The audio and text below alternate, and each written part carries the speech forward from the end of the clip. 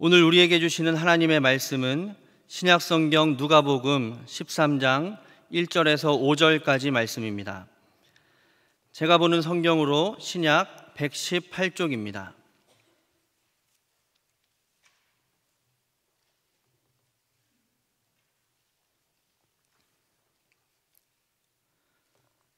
한 절씩 교독하겠습니다. 그때 마침 두어 사람이 와서 빌라도가 어떤 갈릴리 사람들의 피를 그들의 제물에 섞은 일로 예수께 아뢰니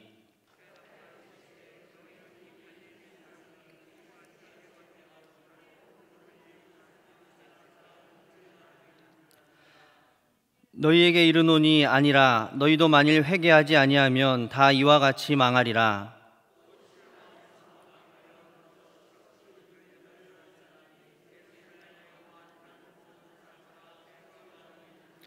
함께 읽겠습니다.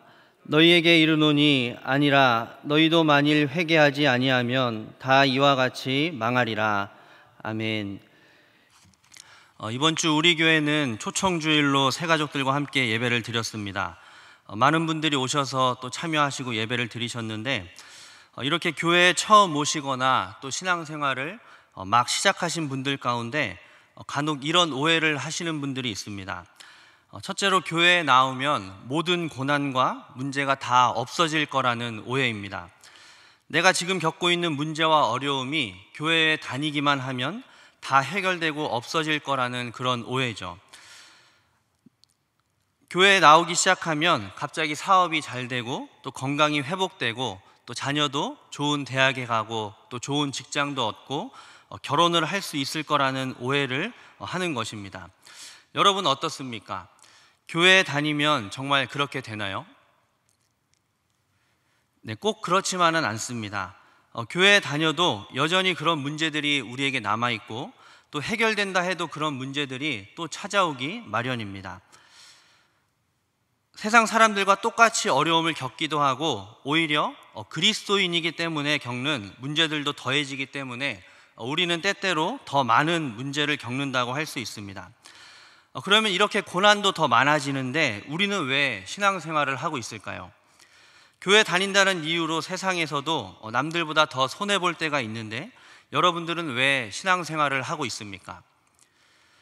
디모데전서 4장 8절에 보면 경건은 범사에 유익하니 금생과 내생에 약속이 있느니라 말씀합니다. 우리에게는 내세의 소망과 영생이 준비되어 있을 뿐만 아니라 우리가 살아가면서 남들과 똑같이 때로는 더 많은 고난을 당할지라도 신앙을 통해서 그 고난을 받아들이는 우리의 마음가짐과 또 자세가 달라지기 때문입니다. 시편 119편 71절에 고난당한 것이 내게 유익이라. 고난이 뭐라고 고백합니까? 고난이 유익이라 고백하게 되고 무엇보다 그 고난 가운데 우리가 더 이상 내 힘이 아니라 하나님의 도우심과 인도하심으로 살아갈 수 있게 되기 때문입니다. 이것이 신앙생활의 첫 번째 오해와 또 그에 대한 답이라면 두 번째 오해는 교회 와서 등록하고 또 새가족 교육을 다 마치거나 혹은 후에 세례를 받게 되면 교회 와서 이제 할 건 다 했다, 이제 끝났다라고 여기는 오해입니다. 그러나 그건 끝이 아니라 시작이고 마라톤에서 이제 막 첫 발을 내디딘 거라 할 수 있습니다. 그리고 이제 막 경주를 시작한 것이기 때문에 신앙의 성장과 성숙을 위해서 계속해서 그리스도의 장성한 분량에까지 자라가야 하는 것이 우리의 신앙 여정입니다. 그런데 이런 오해가 새가족들에게만 있을까요? 그렇지 않습니다. 신앙생활을 오랫동안 해온 분들도 똑같은 오해를 할 때가 있습니다. 교회에 오래 다니고 어느 정도 익숙해지고 또 직분도 받게 되면 스스로 그래 이 정도면 됐어 라고 생각하는 그런 오해를 똑같이 할 때가 있습니다. 말씀드린 것처럼 신앙의 성숙과 또 성장을 위해서 계속해서 그것이 이어져야 하는데 스스로 어느 정도 목표를 잡고 거기에 이르면 이제 멈춰서서 이만하면 됐지 뭐, 이 정도면 괜찮아 하며 만족감과 안도감을 갖는 것입니다. 여러분, 근자감이라는 말 들어보셨습니까? 근자감은 근거 없는 자신감이라는 말입니다. 스스로가 신앙생활에 아무런 이유도 없이 근자감을 갖기 시작하는 것입니다. 그리고 이런 근자감을 시작으로 해서 큰 문제 없이 그럭저럭 지내다 보면 이 정도면 됐다는 생각을 넘어서서 이제는 아예 내가 지금 신앙생활을 잘 해왔기 때문에 아무런 문제가 없는 거야 라고 더 큰 착각과 교만에 빠지게 될 때도 있습니다. 마치 안전불감증에 걸린 것과 비슷한 양상을 띠게 되는 거죠. 안전불감증이란 것은 안전하지 않은데도 안전한 것처럼 착각하고 아무런 준비와 대비를 하지 않는 것입니다. 우리나라 사람들이 특히 이 안전불감증이 심하다고 하는데, 우리나라에서는 화재 경보기가 울리면 대부분이 나가지 않습니다. 물론 오작동일 때가 많지만 이런 안전불감증 때문에 실제 화재로 인해서 경보기가 울렸을 때에도 나가지 않고 기다리다가 큰 위험을 당하기도 한다고 합니다. 또 상황은 좀 다르지만 코로나 초기 때와 지금을 비교해 보면 우리는 여러모로 코로나에 대해서 안전불감증에 빠져 있는 모습을 볼 수도 있습니다. 우리가 이렇게 일상생활 속에서 안전불감증에 빠지는 것처럼 신앙생활을 하면서도 비슷한 상황에 빠질 수가 있습니다. 오늘 말씀 제목처럼 영적인 안전불감증, 영적 불감증에 빠지게 되는 겁니다. 신앙 성장과 성숙이 계속해서 이어져야 되고 충분할 수가 없는데도 괜찮아, 이 정도면 됐어 라고 안주하고 나아가서는 다른 사람들과 비교하면서 내가 쟤보단 낫잖아, 쟤는 이런저런 문제가 있지만 난 없으니까 난 지금 잘하고 있는 거야, 괜찮아 라고 영적 교만에 빠지게 되죠. 이런 영적 불감증은 새가족들보다는 오히려 신앙생활을 웬만큼 한 분들에게 더 쉽게 찾아볼 수 있습니다.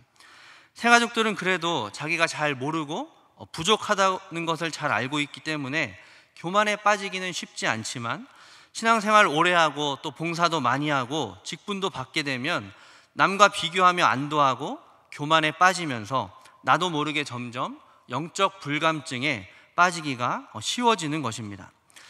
오늘 말씀에는 바로 그런 영적 불감증에 빠진 사람들의 모습을 이야기하고 있습니다.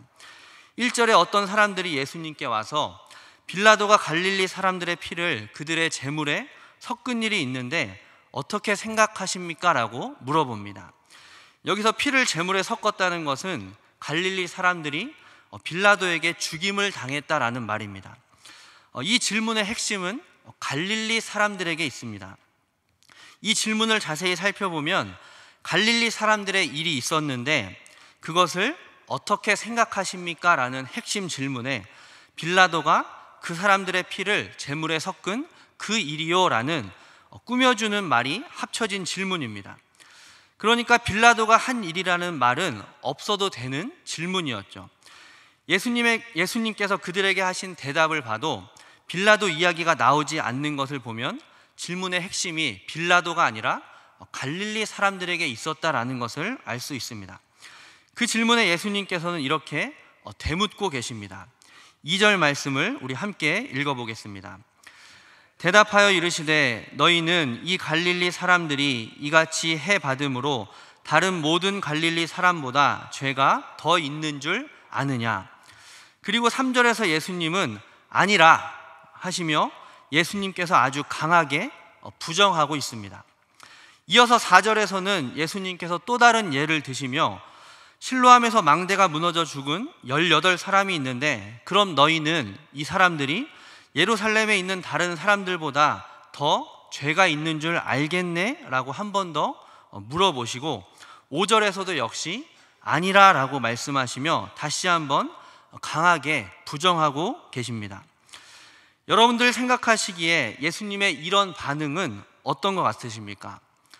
어떤 사람들이 던진 가벼운 질문에 예수님이 너무 과하게 반응하고 있다고 생각하지 않으십니까?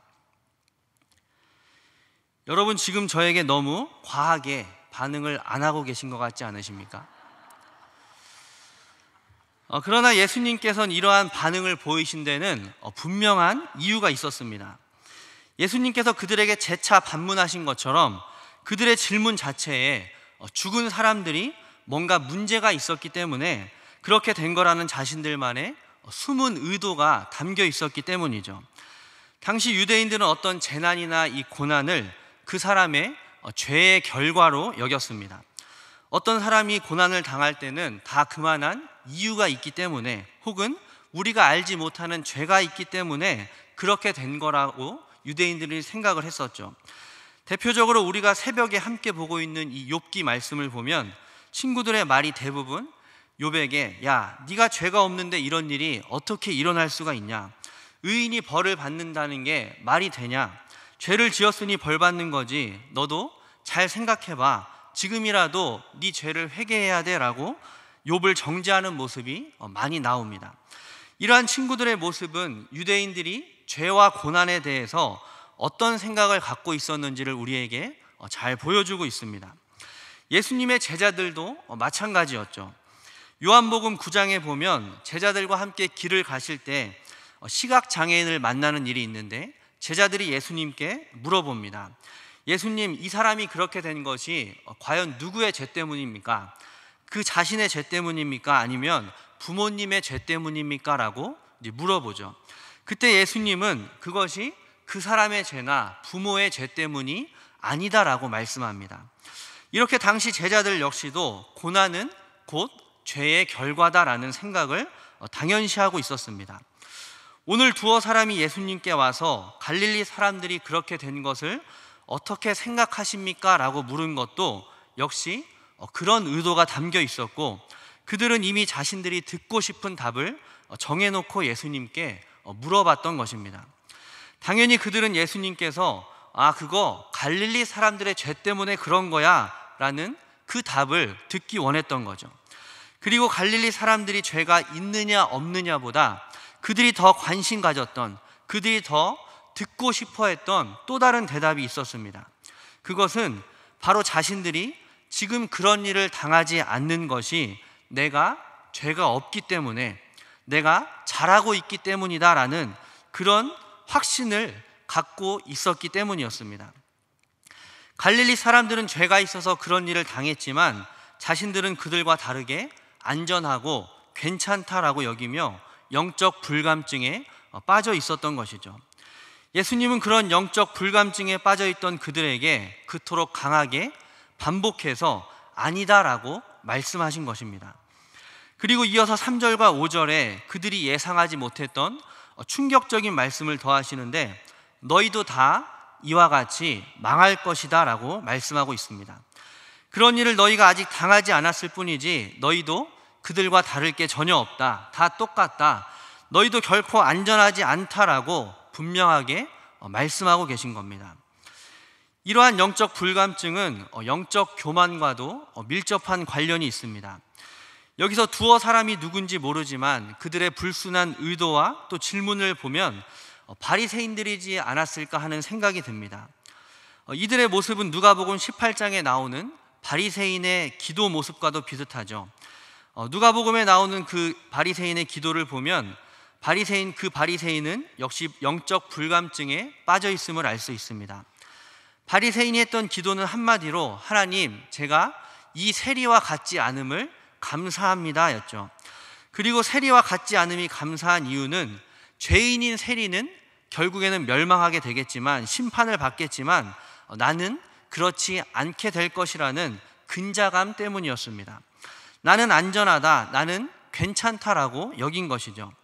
그리고 자신이 그렇게 안전하다고 여긴 이유는 나는 일주일에 2번씩 금식하고 11조도 드리고 율법도 잘 지키기 때문이다 라는 이유였습니다.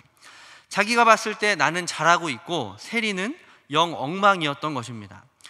이 바리새인은 다른 이와 비교하며 영적 교만에 빠져 있었고, 영적 교만은 그에게 영적 불감증을 심어주었던 것입니다. 그러나 예수님은 이 비유에서도 전혀 다른 대답을 하고 계시죠.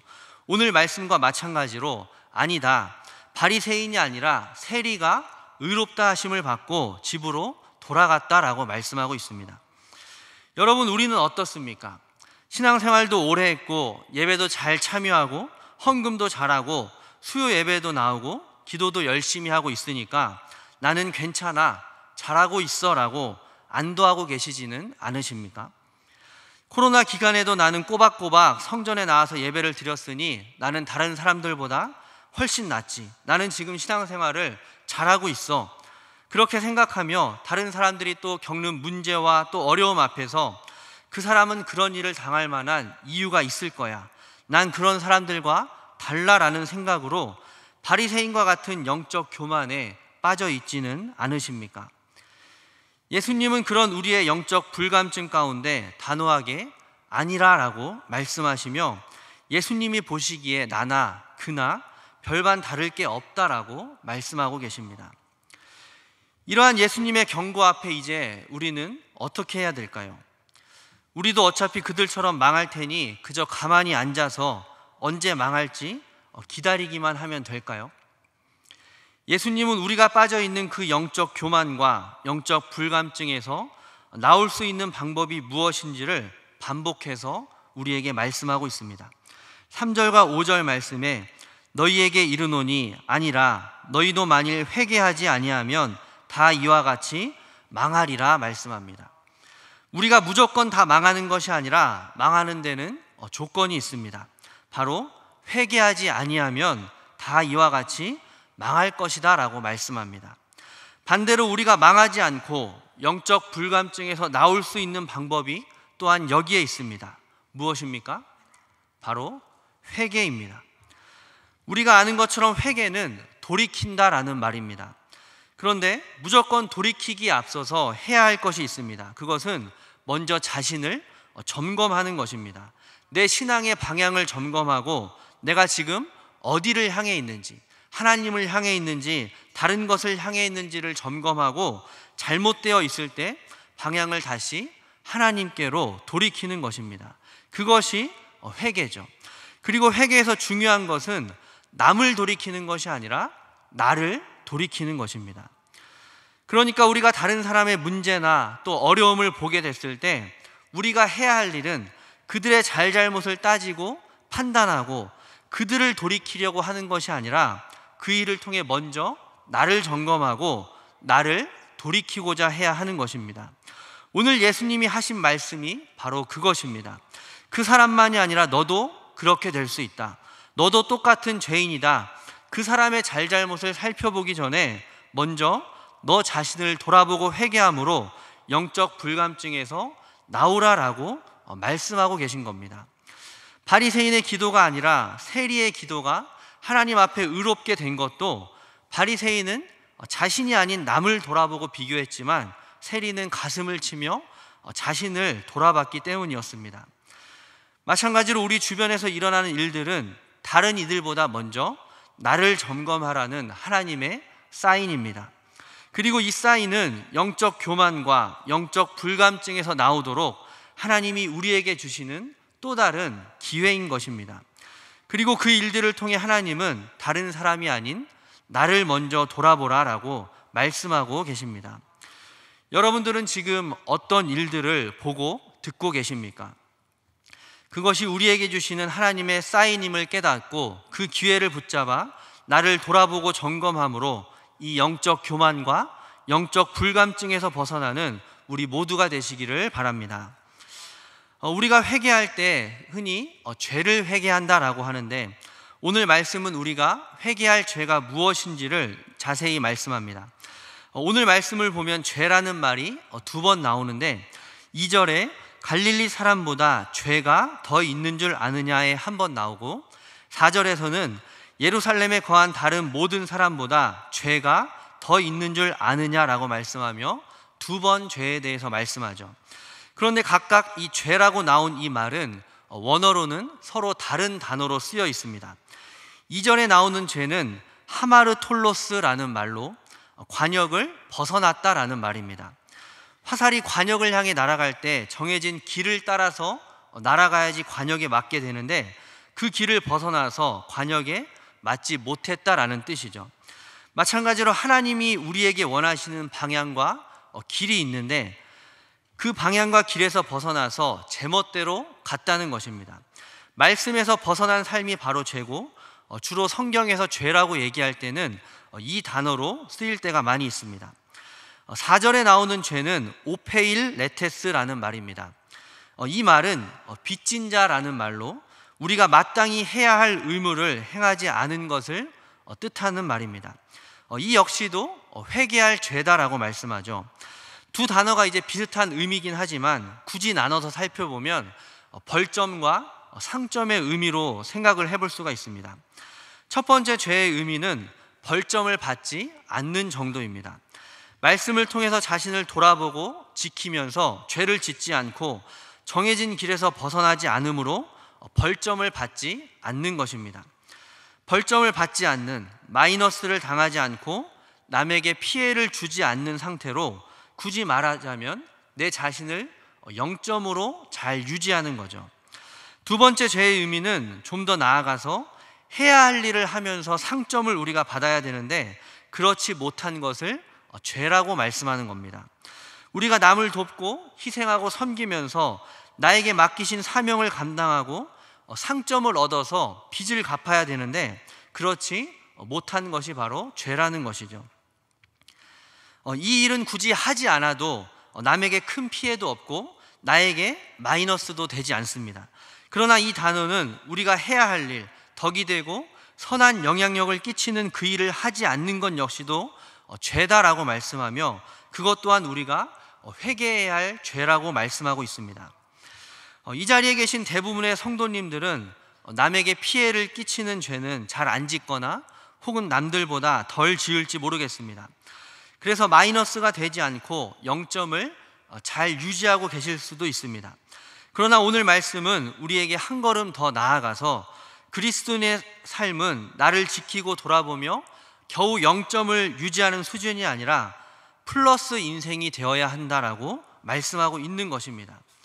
하나님께서 우리에게 맡기신 일이 있는데 그것을 감당하며 이웃에게 덕을 끼치고 선한 영향력을 끼치는 삶을 살아야 된다는 것입니다. 하나님께서 아브라함을 부르시며 너는 복이 될지라 라고 한 이유도 마찬가지죠. 혼자 복받고 누리는 것이 끝이 아니라 모든 민족이 너로 말미암아 복을 얻게 하기 위함이 아브라함을 부르신 이유고 또한 우리 모든 그리스도인들을 부르시고 우리에게 복을 주신 이유입니다. 그것을 행하지 않는 것은 우리가 해야 할 일을 하지 않는 것이고 당연히 회개해야 할 죄라고 말씀하고 있습니다. 여러분, 우리는 지금 몇 점 인생을 살아가고 있습니까? 겨우 0점을 유지하고 있습니까? 아니면 플러스 인생을 살아가고 있습니까? 우리가 플러스 인생을 살아가는 것이 중요한 이유가 있습니다.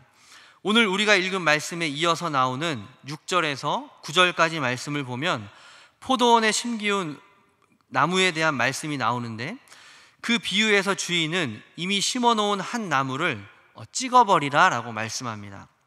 어떤 나무를 찍어버릴까요? 바로 열매 맺지 못한 나무입니다. 마이너스는 아니지만 그렇다고 플러스가 되지는 않는 열매 맺지 못하는 나무처럼 우리 인생도 마찬가지임을 말씀하고 있습니다. 하나님께서는 우리가 그저 남에게 해를 끼치지 않는 정도에 머무는 것이 아니라 열매 맺는 삶, 플러스 인생을 살아가기를 원하고 계십니다. 우리가 영적 불감증에서 벗어나야 하는 이유도 바로 여기에 있습니다. 우리가 영적 불감증에 빠져 그 자리에 머물러 있을 때, 안주하고 있을 때 우리는 남에게 큰 피해를 주지 않을 수도 있지만 우리의 본래 목적대로 계속해서 성장해 가며 열매 맺는 삶은 살 수 없게 되기 때문입니다. 이 시간 우리가 알게 모르게 영적 불감증에 빠져 있었다면 이 시간 돌이켜 회개함으로 하나님께서 우리에게 원하시는 그 열매 맺는 삶, 플러스 인생을 살아가는 저와 여러분 되시기를 바랍니다. 마지막 말씀입니다. 오늘 말씀 1절은 그때 마침이라는 말로 시작하고 있습니다. 여기서 그때는 제자들이 예수님의 말씀을 듣고 있는 때였고 제자들은 그때 마침 예수님의 말씀을 통해서 영적 교만과 영적 불감증에서 돌이킬 수 있는 기회를 얻을 수 있었습니다. 마찬가지로 오늘 이 시간이 저와 여러분에게 그때 마침의 기회가 되기를 바랍니다. 예수님은 오늘 우리에게 말씀을 통해서 우리의 영적 교만과 나태함 또 영적 불감증에서 나오라 돌이키라라고 기회를 주고 계십니다. 오늘만 아니라 앞으로도 우리가 신앙생활을 하는 가운데 주변에서 일어나는 여러 가지 사건과 또 상황들을 통해서 우리 각자에게 주시는 그때 마침의 기회로 우리가 깨닫고 받아들일 수 있기를 바랍니다. 그래서 그때 마침 영적 불감증에서 다시 한번 스스로를 점검하고 돌이키며 우리가 마땅히 해야 할 하나님이 맡기신 사명을 감당하며 살아갈 수 있기를 또한 바랍니다. 그리스도인들의 삶은 마이너스 인생 혹은 0점 인생이 아니라 플러스 인생입니다. 영적 교만이나 또 영적 불감증에서 나를 지키는 것이 다가 아니라 거기서 벗어나 열매 맺는 삶을 살아가는 삶이 바로 주님께서 우리에게 원하시고 기대하는 모습입니다. 우리가 신앙생활을 하며 때로 영적 교만과 또 영적 불감증에 빠질 때가 있지만 때마다 우리에게 주시는 그때 마침의 기회들을 통해서 영적 불감증에서 벗어나 열매 맺는 플러스 인생으로 또한 하나님을 기쁘시게 하는 축복의 통로로 살아가는 저와 여러분들이 다 되시기를 간절히 바랍니다. 기도하겠습니다. 하나님 아버지 감사합니다. 오늘 우리에게 그때 마침의 기회를 허락해 주시고 우리로 다시 한번 나를 점검하고 돌이키게 하시니 감사를 드립니다. 우리가 회개함으로 영적 불감증에서 나와 열매 맺는 플러스 인생이 되게 하여 주시고 하나님이 원하시는 축복의 통로의 삶이 되게 하여 주옵소서. 오늘도 우리에게 기회를 주시는 예수님의 이름으로 기도드립니다. 아멘.